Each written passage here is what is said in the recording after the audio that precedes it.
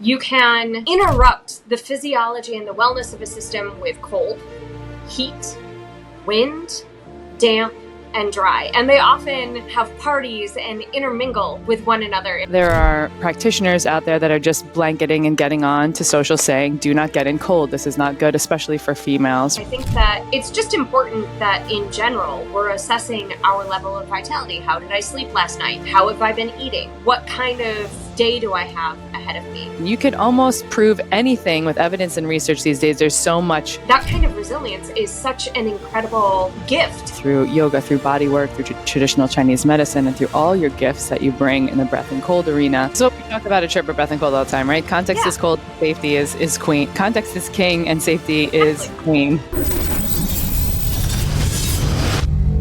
This is Willpower.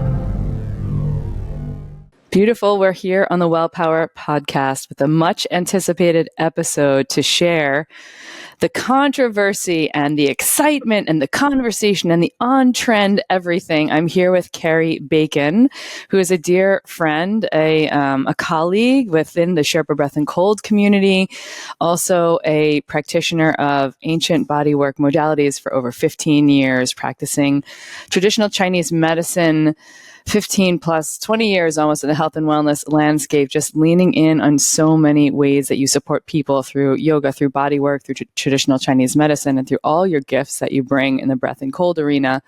Welcome to the show, Carrie Bacon. Thank you, Kristin. I'm so happy that we get to finally have this bigger conversation about the interface and all the charge around the ideas of Chinese medicine and intentional cold exposure.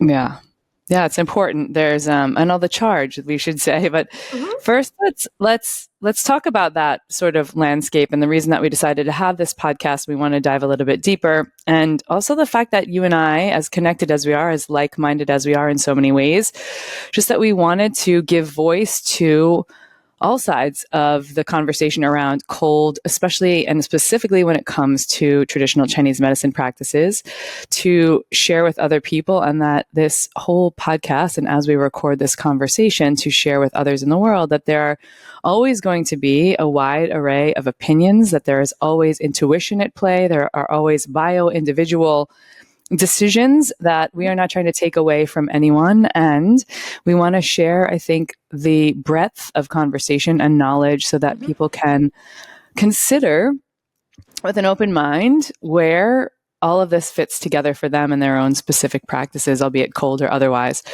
We will focus a lot on cold today. I know that you will bring such beautiful knowledge because we've had these conversations in small group settings, at our retreats, and many other ways on social media, short little bursts. And so today we get to speak specifically about this landscape of cold therapy. So cold therapy, Chinese medicine, let's talk about the discourse that's going on right now. Maybe you can enlighten some people, because some people, maybe my listeners of the Wellpower podcast, interested in cold and wanting to know sort of what's going on here. So let's set the framework for them, if you will.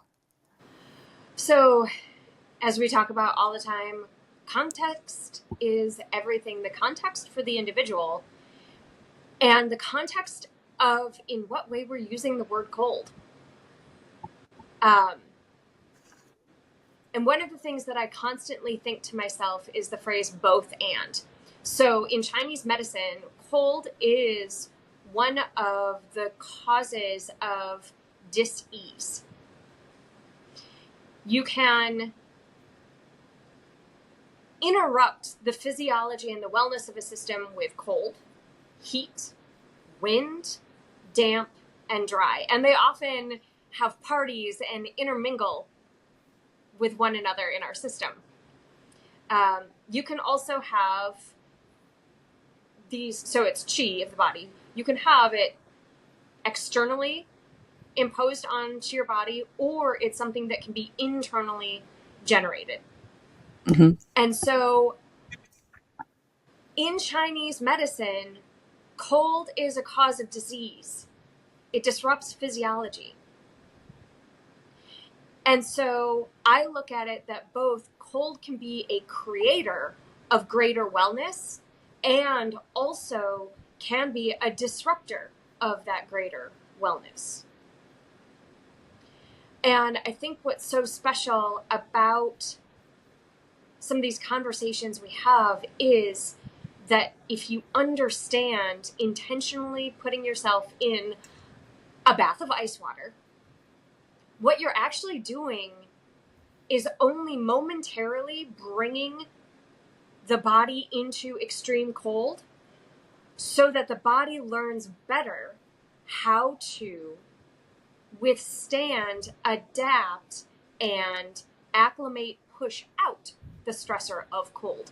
So the way I've been contemplating it lately is cold therapy, intentionally exposing yourself to cold, is actually a pathway to have better tolerance to and resilience against the ways we could be affected by external cold that could cause disease.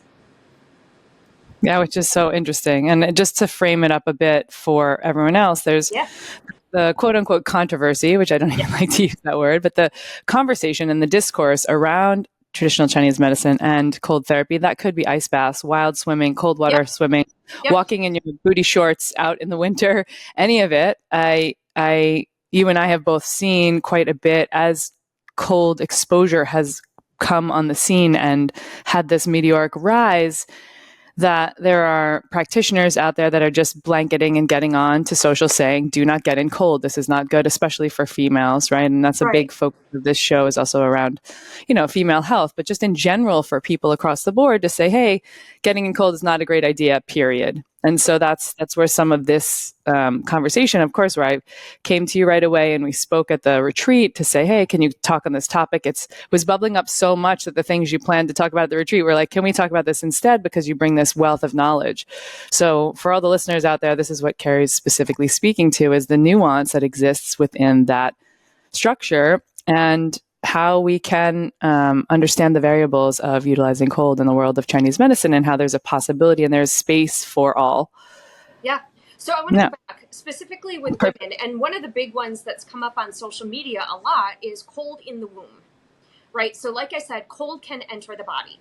If you think of a contained space and all of a sudden you empty it out, it's now a space where something can go. So I've seen a lot of practitioners, and you've actually come to me to help handle the conversations where they're talking about not wanting women to go into cold because of the potential of cold entering the womb. And this is something that we spoke about at the level 2, that I was actually one of those individuals who had cold in my womb. I went swimming in a freezing cold lake on my 3rd menstrual cycle, and then ended up with a cascade of the next 15, 17 years of my life dealing with dysmenorrhea, delayed cycles, clotting, stabbing pain. And then I'm in class in one of our fundamentals classes where we learn all of the theory of Chinese medicine. And it very eloquently and in artistic language talks about cold entering the womb when the womb is made vacuous, meaning we've gone through our menstrual shed, we're bleeding, we're creating a vacuum, there's space for it to go, and swimming in a cold lake, the cold entering the womb. And I'm sitting there and I went, oh my gosh, that's me. I have 35-day cycles instead of 28-day cycles. I started passing large clots when I was 13 years old. I had sharp stabbing pains that almost sent me to the hospital 6 months into having menstrual cycles. And it wasn't until I was treated with herbs that break up stasis, so break up the blood clotting in the womb, acupuncture to regulate the cycle, and heat. We used moxa to disperse the cold. Because I spent hours on end swimming in a freezing cold lake on my menstrual cycle and cold when in my womb, I used Chinese medicine to treat it. Do I suggest that all women go into ice baths on their menstrual cycle? I do not. Do I say that they can't? I also do not say that. I say it's nuance and context. And one of the things that I think people miss when they're looking at intentional cold exposure is that one of the first things that we talk about for safety is, where's your heat source? Yeah. So we talk about that for the whole system, But we can also talk about that for the womb. For a woman who wants to plunge around her cycle or even on her cycle, I was very injured. I needed to get in the cold plunge to help bounce out of a spinal sprain. I had my menstrual cycle. I still went in the ice bath. I just put a heat lamp over my uterus and I treated myself with moxa, and I did not develop cold in the womb symptoms after that. So it's understanding the context of the human and understanding the collaboration of effort for the wellness that can happen. You can both use cold on your system and also use heat on your system. Yeah, and these are important points for sure. I just want to reiterate that it's like you're not saying it's don't ever go in on your cycle, but you are saying, and I think we've had some conversation around the few days leading up to your cycle and when you have your period, it's an okay time to skip it if you're worried about these things. And also that we have tools and controls like various sources of heat. And you and I have talked about how we both have like a red light therapy pad we can use or heat lamp or things like that, that we can align with that specific time of the month if we're using it or we're wanting to mitigate that, which is not stunting the value of being in a cold tub. And also women could just decide, hey, this week I'm going to stay out. Yeah. So one of the other things that they talk about with cold and the cycle is not wanting to disrupt hormones. The thing is, hormetic stressors make us better and more resilient at producing our hormones. Cold is a hormetic stressor. Heat is a hormetic stressor. Breath is a hormetic stressor. We can choose which ones, but I think that it's an interesting thing, and I understand it, and I see my colleagues, you go through this thing where you work to establish yourself and to show how powerful a healing modality is, and you talk to your patients about the different versions of cold that can disrupt their system. And the next thing you know, the hottest, newest thing in wellness is to jump in a cold plunge. And now your patients are saying to you, but I thought cold was bad for me. I'm like, oh, wait. Which cold? Do I want you chugging a bunch of ice water when you eat? No, I don't. Because, I mean, from a biomedicine perspective, we look at the fact that drinking a bunch of fluids dilutes your hydrochloric acid. In Chinese medicine, you're literally putting out your digestive fire. When you need to heat up, rot, and ripen and mash food to its most digestible pieces, I don't want you throwing ice water on a gut. I just don't. And if you really crave that, there are other things that I'm going to look in your system. If you crave having ice water all the time, I'm going to wonder what other underlying conditions of heat you might have. And so I say that, and this is a conversation about cold, where context is always the most important thing to keep at the front of our minds. Totally. It's what we talk about at Trip Breath and Cold all the time, right? Context is cold, safety is queen. Context is king and safety is queen. Exactly. Yeah. And so it's also like, who is the person that's in front of me? We also talked about my experience with typhoid and coming back from India, emaciated, 98 pounds, and knowing that I needed to make my system more resilient to heal. I was not throwing my body into 37-degree ice baths. I was stripping down into a tank top and booty shorts and going into the vegetable cooler at Costco and making myself stand there for 10 breaths and then running right out. Because it's looking at, it's this titration, right? It's like the titration, the scalability. This is like Dr. Stacey Sims just was on the podcast and she talked a lot about endurance athletes and women.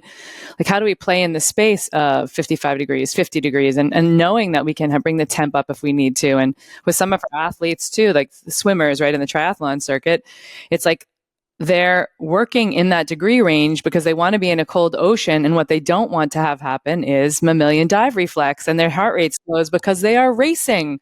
And so that's what they're training for as well, right? Which is such a different external layer or an additional layer of context onto the mix. So I think you and I see this a lot, this hard and fast lines, and we see of like lines drawn in the sand, like you can or you cannot, very black and white. And then also seeing, the conversation about some women are like appalled that women are going in pregnant. And then the Chinese medicine conversation comes and it's just becoming, as cold exposure is more and more in trend, these things they're bubbling up to the surface. And they're, again, like as we are so wonderful, and this is not about females versus males, but just physiological females, quite often we have a good opportunity to share, take in the whole vision of the landscape and really share from a positive place. And I think that's what we're wanting to do is educate and highlight around these areas. So it's really looking at, if you can ditch the dogma, you can find the nuance, right? And so at Sherpa, one of my favorite stories of cold is I treated a number of firefighters when I was back at my practice in Grand Rapids, Michigan. And it started because the training captain came in. He was the husband of a dear friend of mine. He came in with Bell's palsy. He had a facial droop. He took the guys through a day of hot, sweaty, open pore fire training, and they get through their tactical training, and they immediately get shunted into this classroom with AC blowing on the sides of their faces. And he's up there presenting. The AC happened to be directly at his face. That night, he told his wife that he felt like he had grains of sand in the corner of his eye, and his eye wouldn't stop watering, and he woke up with a facial droop. And so this is where, again, the pores open wide like a vacuum, right? All that sweat pours out. All the yang pours out with it. And now I have a cold wind blowing on my face. And it's actually the classic presentation of Bell's palsy, that somebody had a window open and they had cold winter air blowing on their face in the car, or AC blowing on them. Or they'll complain of a contracted shoulder because they were in a hotel and they couldn't get the AC or the fan off of their shoulder, right? And so I used acupuncture and moxa to disperse the cold out of the channels and collaterals, along with some bleeding techniques and peripheral points to help disperse the cold that was disrupting the physiology. And we were able to successfully treat the palsy. And so that's a big one. Or a butcher coming in with hot contracted joints because he spent a life handling very cold, damp, so cold and damp meat with bare hands, or maybe like sanitation gloves, but nothing that's actually protecting. And next thing you know, you have hot, contracted, swollen joints, but it's not heat causing the problem. It's a cold that's been trapped in there. And so this is another hours thing. And hours and hours in a lifetime or a career. Yeah. And it's also local. There's no systemic effect happening. And so one of the big things that gets missed with looking at the physiology of putting yourself and doing cold swimming like our dear friend Dean, going and plunging through an ice hole like we did in Wisconsin, or filling up pop-up bathtubs and putting a bunch of ice and water and like taking all your yogi friends through it, is it's systemic. So what happens, and that a lot of people miss, is when it's systemic, all your blood shunts to the center and protects all your vital organs, which means they get a great flush of blood. And then when you hop out, it's almost like I feel the heat of my body wafting or pushing the cold out, and you end up with better circulation and better ability to warm your extremities. And so because it is applied systemically, I am having a whole system effect. And then if I get that delicious shiver response at 5 minutes, my metabolism is activated and I am breaking bonds to feed my system and let off heat to become better at heating myself. There is no localized application where cold can then get trapped. And so I've seen a lot of success with people who are just consistently cold because they sit in 65-degree air-conditioned air, and there's this sense of being cold all the time. Get better at withstanding the cold and not being so sensitive to the cold by doing what? Throwing their system into a cold that is cold enough to cause a reflex action in the body to have to warm itself. I can hop in 40 degrees and be warm 5 minutes after. If I go snorkeling for an hour in our nice warm salt water at a temperature that's just too cold, it can take me hours to warm back up. Yeah. Yeah. So choosing the activities wisely, and the time and duration and temperature are important as well. That's why surfers wear wetsuits in the Pacific and all those things, right? Yeah. So what else do you see that's coming up that is sort of interrelated, or things that where you think that either people are, it's not about missing the point, it's just about where there's an expansion to be had, right? We talked about women and their cycle. We talked about duration, time, and temperature. And Are there other places that are coming up, whether it be for males or for communities, where there's just a big push-pull or considerations in the mix of how we're applying cold to our body? Because, with this rice theory, the gentleman, his name's going to escape me, but I yeah, can't his think name's of going it to either. escape You me. and I I both know. know. It's like I got to refer to Google. But yeah, the gentleman who came up with that theory, right? We at some point came out and said targeted ice, spot treating ice, is actually not the thing to do. And so, how do we shift that into reality? Like, how do we, sports teams are no longer doing that. And yes, there are times when people will spot treat with ice. And those times seem to be when someone has a really acute pain, and they're just trying to at least blunt or dull the pain because it's so painful in that moment, versus, holding ice, like an ice pack. I might have done in my elementary school days. If you have like a bump, a bruise, or a break, that someone's like, put this ice pack on and leave it on as long as you can. Right, you're doing two things with that. You're only alleviating swelling and decreasing pain. You're not actually causing a physiological healing response by applying localized, temporary cold packs or ice. And that is the opposite of when you're doing cold exposure, whether that is getting wrist points, ankle points, and a head in. You can still get a systemic effect with that without putting your whole body in. And I think what's coming up within a lot of my patient population and community conversation is really looking at two areas of application. One is psycho-emotional. Gary Reinl. Sorry, got it. Gary Reinl, the guy's name.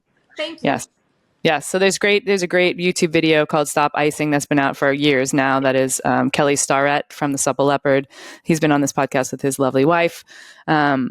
And Gary having that conversation to the specifics around why. So that's a deeper dive for people who are interested in that and sports performance, et cetera, et cetera. So Sorry to interrupt, but yes, we got it. Thank you. That was going to drive me nuts until the end of our conversation. So patients and clients with depression and anxiety, there is this beautiful sweetness that happens with especially being guided through the challenge of finding peace in a very uncomfortable, or can be very, for me at one point in time, you saw me, I had to sing myself hilariously so to be able to stay in the ice. Now I'm like, it's peaceful time. And when I was injured, there were times that over my collarbones and my upper spine, it was spicy. And I really looked at that desire, like, why do I make myself do hard things?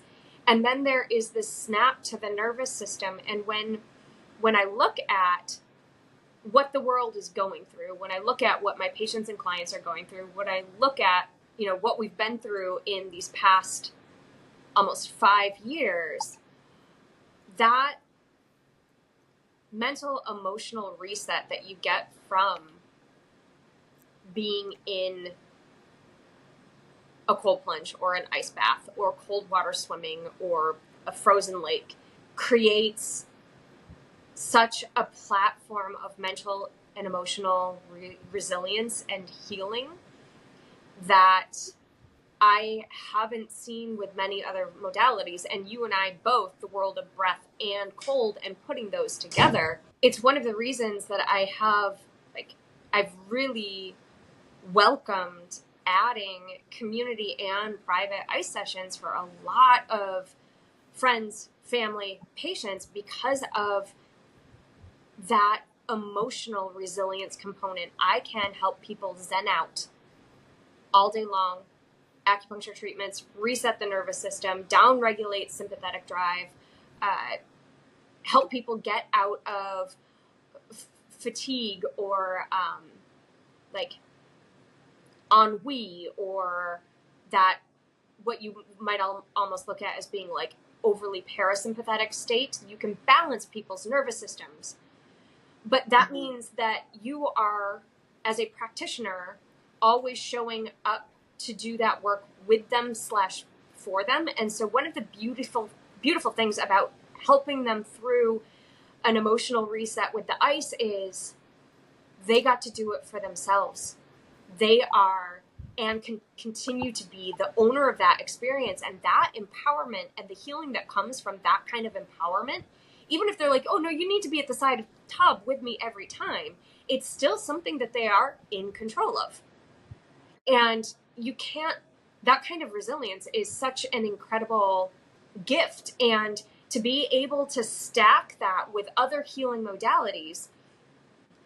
And this is, again, why the conversation, like my favorite thing is to stack all the fun things that I get to do. We're going to do breath, and we're going to do cold, and then you're going to jump on the rebounder, and then we're going to do a lymph session or reverse the last two things order, and look at how you can create this greater programming, and then give them the homework of the thing that they can do on their own. Where, no, I don't want you turning your home plunge down to 33 degrees and getting in there by yourself. But finding the safety parameters where you are at a level where you can face that bit of challenge on your own and know it's always accessible to you or to you and a group of friends without having to go in or have a practitioner come to you. And that empowerment is everything. Yeah.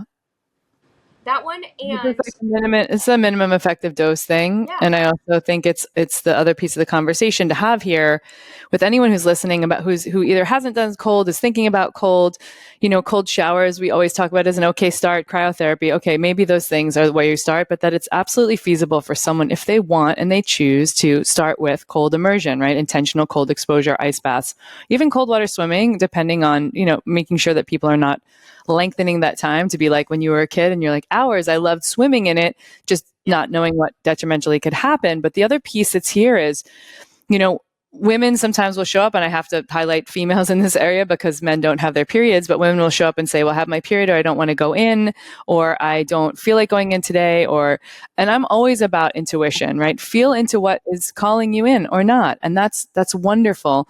Women will come to my plunging session sometimes and say, yeah, I'm not into it. But maybe by the end of the plunging session, they actually do get in because they've decided and they've seen it. And there's an interesting thing we all have to navigate that is around the reasons for making choices to do hard things or not. Because we can stand by the cold plunge and say, this is too scary for me, and we can let ourselves off the hook. Or we can have some real background saying, I listened to Carrie's episode and I'm going to do cold exposure, but I'm going to decide to do it when I'm ovulating in the middle of my cycle, when I'm feeling really strong and hearty and I can get in the cold and really have that experience. But I always speak to anyone who shows up, men, women, humans who show up to plunge and breathe. How can we regulate and calm our nervous system through the breath and then experience cold in a way that feels successful, right? Even if that's like, I want people to stay in for 2 minutes if they don't have any other health conditions and they're generally safe and they're generally healthy and feeling safe. Mm-hmm. 2 minutes, great. And it's like 30 seconds could be a win for someone, right? If they're just so nervous to get in. And so there's that other thing to navigate that I think sometimes clients in the health world show up to you and I, and someone will say, I just had this intuitive hit, Carrie, that I needed to eat like the whole pizza and a pint of ice cream. It was like a hell yes for me. And it's like sort of like, okay, I get it. I get that it could be. And at some points, maybe you're celebrating with old college friends who come up or something like that. But in many cases, we are patterning ourselves or giving ourselves the excuse to do the thing that might be the easier road.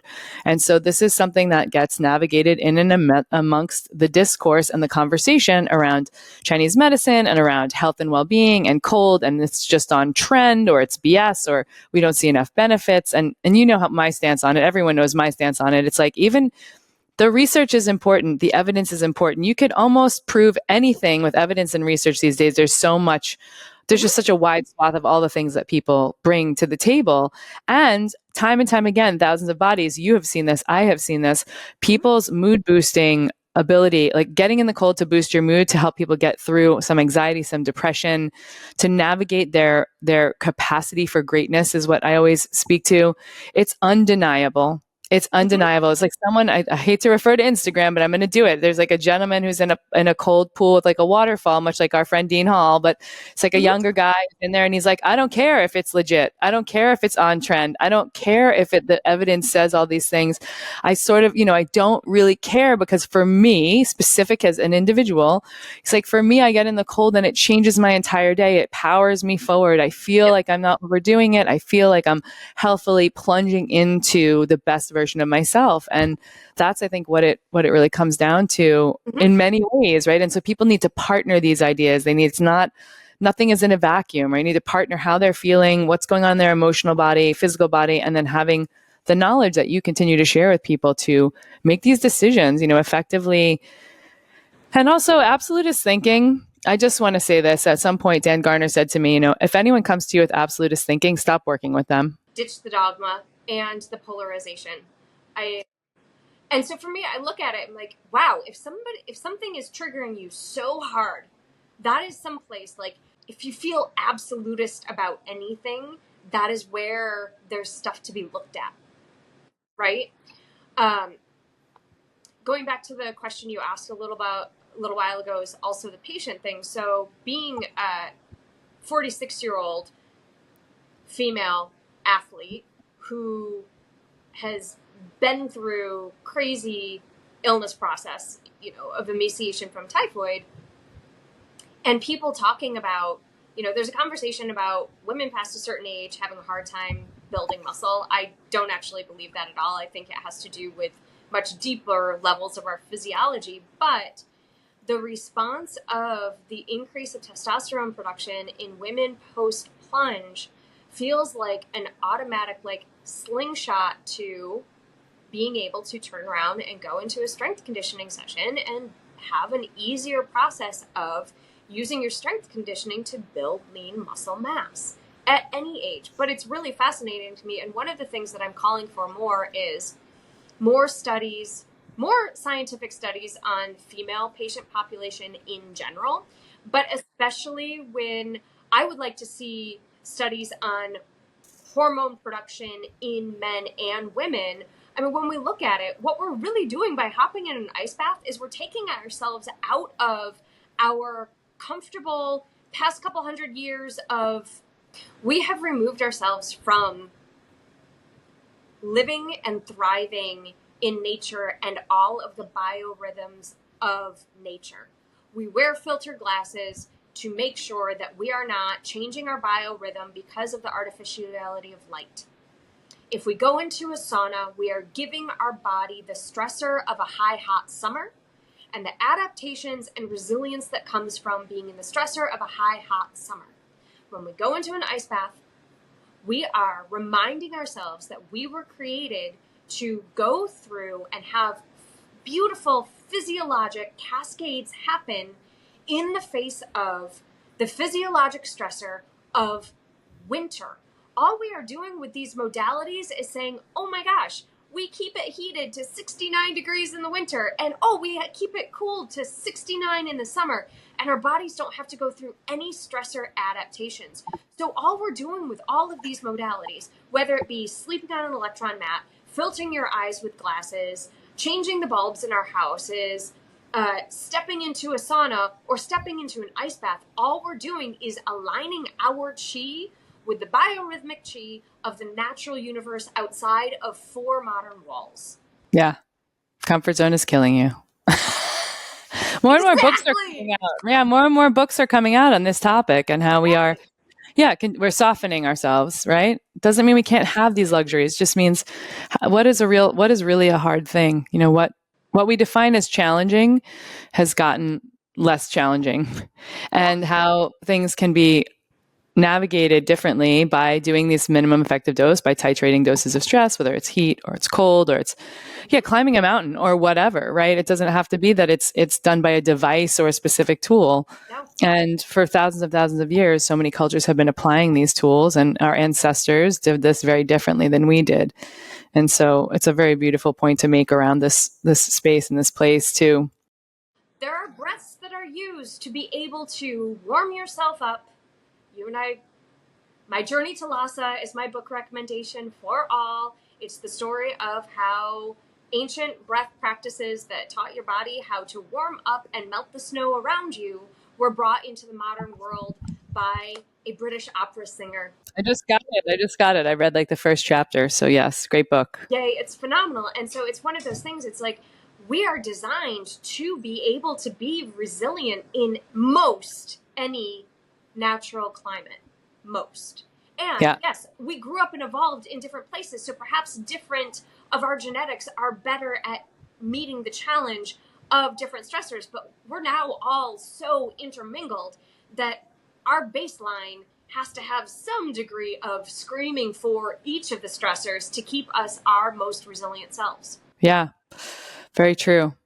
We want to, I want to just sort of reiterate some of the key points we've made over the course of the show to have this conversation, and have you add anything else? Because you've told us some really beautiful stories, which is wonderful, given us a little bit of insight. It's such a deep landscape. It's like almost like you could do a whole 2-hour podcast on just traditional Chinese medicine and the overarching tenets and the landscape of it all. But I want to kind of reiterate some of the things that we talked about just to sort of punch the point home and continue conversations. And certainly anyone who's listening to this who has other insights or ideas or things they want to share can always write into the show and share on social and do all the things that they're doing, and let's keep these conversations going. But I think so where the point that we're making in general is really, and that you've shared so eloquently with us today, is that the TCM practitioners out in the world that are saying don't do cold may be saying that for a number of reasons that are backed by traditional Chinese medicine. And it is the poison is in the dose and the style, and whether you're drinking it or you're swimming in something for a long period of time.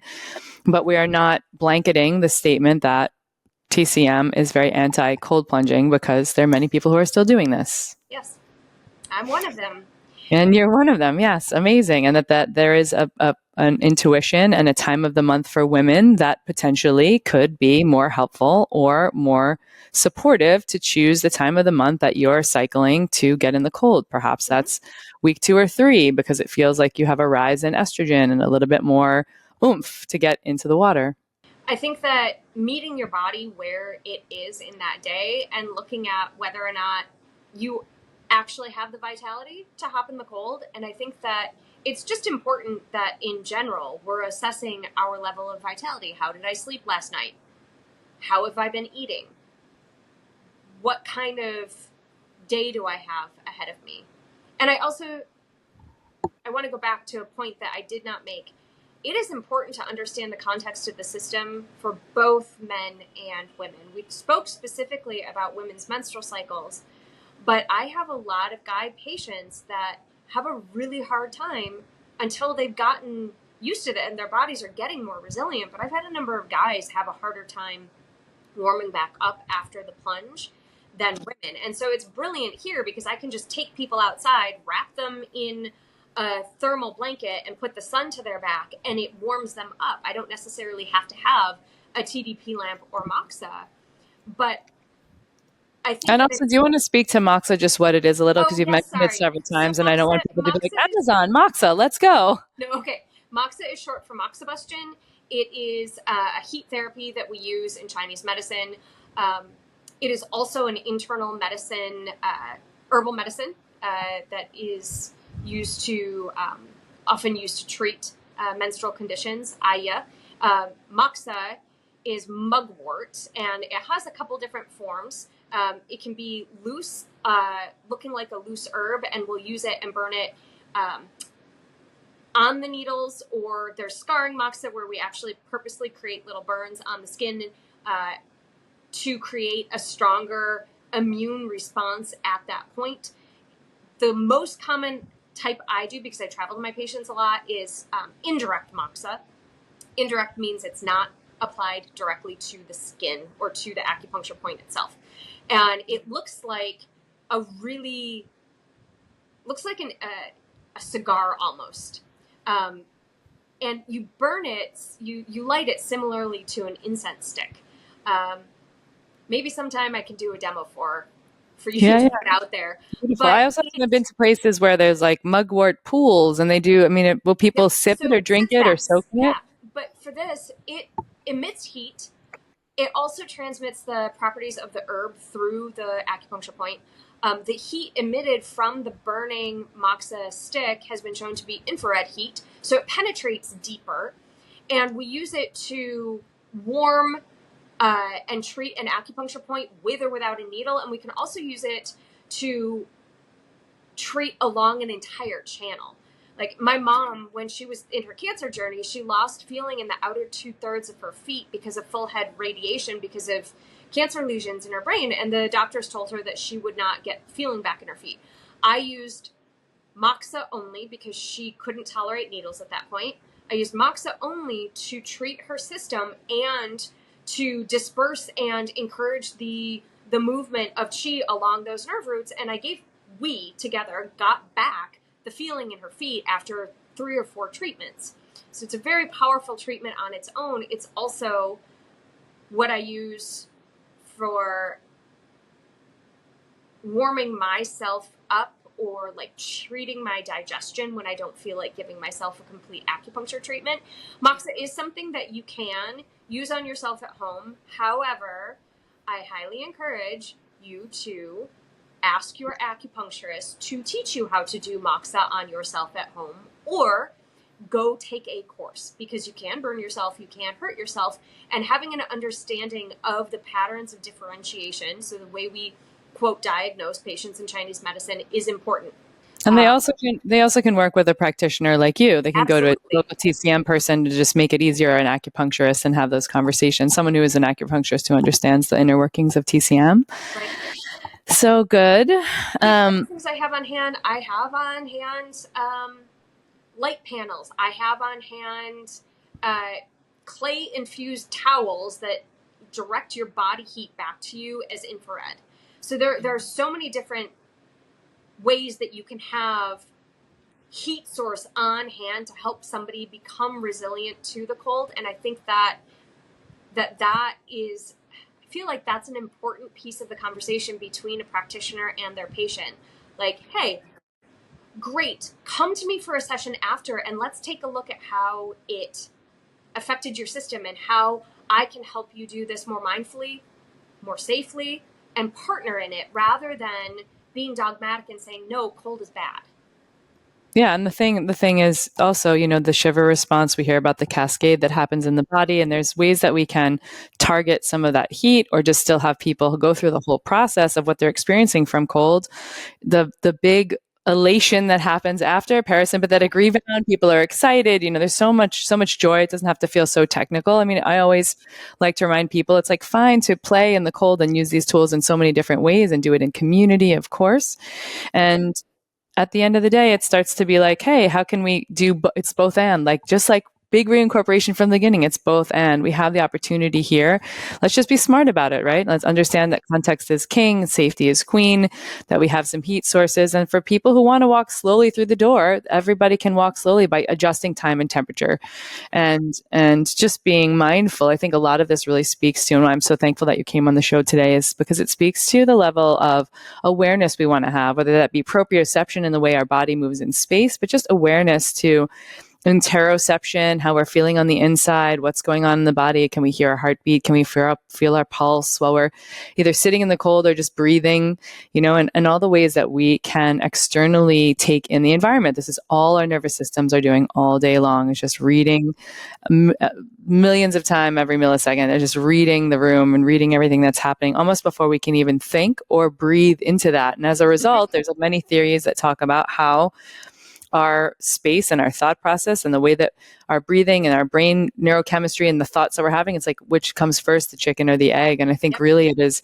a lot of this, like, yes, we are externally checking in, but we are feeling the things that are happening that are triggering the nervous system. And by triggering, I don't mean any kind of heightened response, but just really feeling the temperature and everything that's on our skin and all of the things that are just riding through our body to be able to put us in an up-regulated or down-regulated state, wherever that might be. Yes. Anything else you want to add? And I want you to let people know where they can find you on Instagram, websites, all the things, just so they can connect with you, because you are down in beautiful Puerto Rico doing ice and cold. New website launching soon, Carrie Bacon Wellness. You can find me Carrie-Bacon on Instagram, and then I've just launched the Caribbean Cold Club page on Instagram for all things breath cold collaboration down here in sunny Puerto Rico. Oh, I love it. I love it. Thank you so much for sharing your time and your knowledge. It's always a pleasure. We have had the beautiful opportunity to have a couple conversations on this, and I'm glad we're putting this one out to the world. Yeah, me too. Wonderful. Thank you so much, girl. Thank you. Thank you. And with that, my device, Riverside, is telling me time to stop using my device. Okay.